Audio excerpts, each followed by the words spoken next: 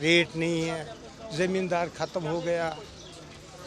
जो ज़मींदार को रेट आता है उसको वो लागत आता है इस पेटी का, इतना पैसा उसको आता है, उसको नाम पर पैसा चढ़ता है। मेहरबानी करके गाड़ियों की भी कमी है, रास्ते में गाड़ी बंद है। हमारी यही गुजारिश है, मनोज सिन्हा साहब से यही गुजारिश है कि ये जो ट्रांसपोर्ट रास्ते में बंद है उसको बहाल करना, वो पहले इसको दर्जा देना।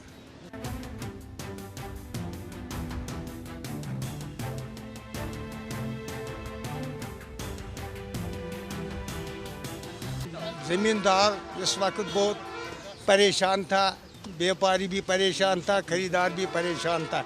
जो रास्ते में 4 दिन 5 दिन गाड़ी पे रुक जाता है उसको रेट नीचे आ रहा है। प्रॉब्लम ये वो कानवे 3 दोहन तो गई पत गाड़ी गई सारे पार पत कर तोरच कानवे बंद तो आई योर गाड़ी कहीं तो गई तम से प्रॉब्लम।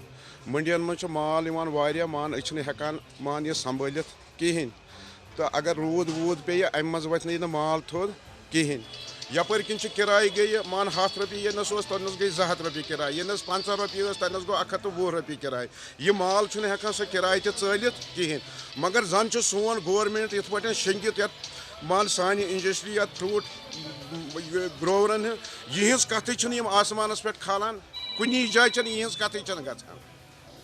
रवा साल अगरचे वादी कश्मीर में सेब की पैदावार काफ़ी अच्छी हुई है, ताहम साल के शुरू होते ही किसानों को तरह तरह की मुश्किलात का सामना करना पड़ा। वही रवा साल सेब की कीमतों में भी काफ़ी गिरावट दर्ज की गई। अगरचे कारोबारियों के साथ साथ किसान लगातार इंतज़ामिया से अपील कर रहे हैं कि इस सन्नत को बचाने के लिए इकदाम उठाए जाए, ताहम अभी तक इस तरह का कोई इकदाम नहीं उठाया गया है। वही देखने वाली बात यह होगी कि इंतज़ामिया इस सनत को बचाने के लिए किस तरह के इकदाम उठाएगी।